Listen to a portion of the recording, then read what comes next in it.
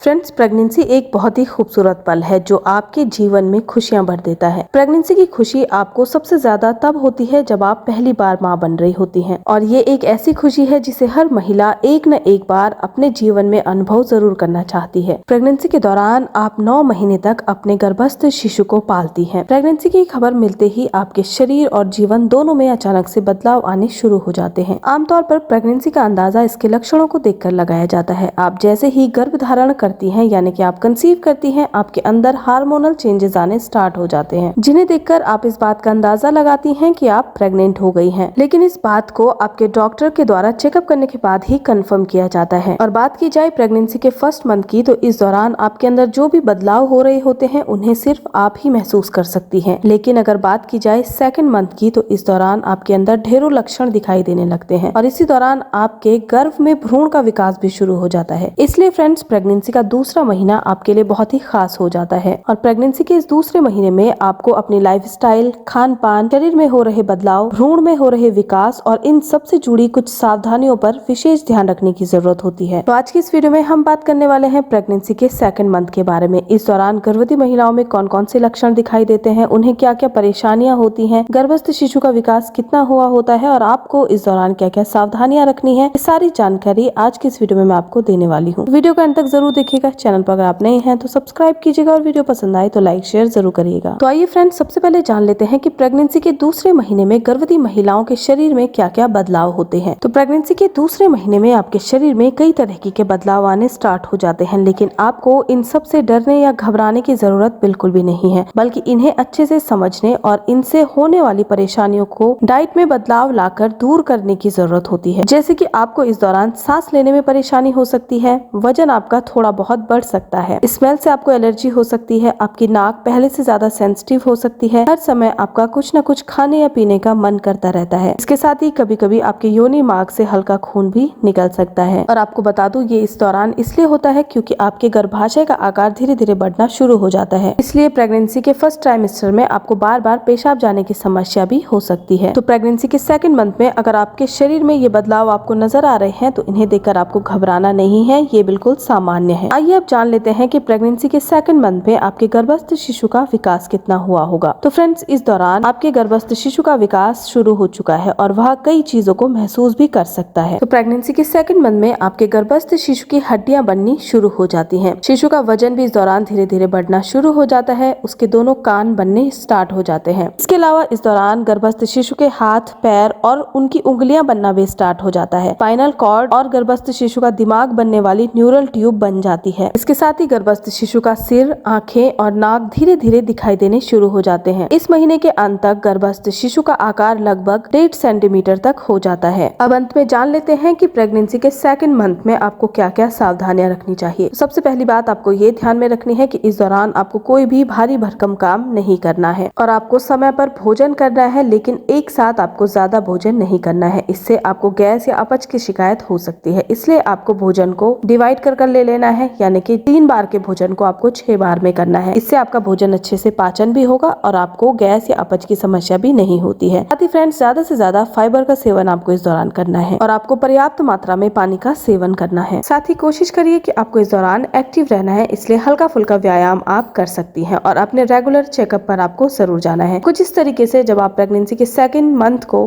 Plan करती हैं तो आपकी प्रेगनेंसी में कोई भी कॉम्प्लिकेशन नहीं आती है और आप और आपका गर्भस्थ शिशु स्वस्थ रहता है। तो वीडियो को समाप्त करती हूँ। धन्यवाद।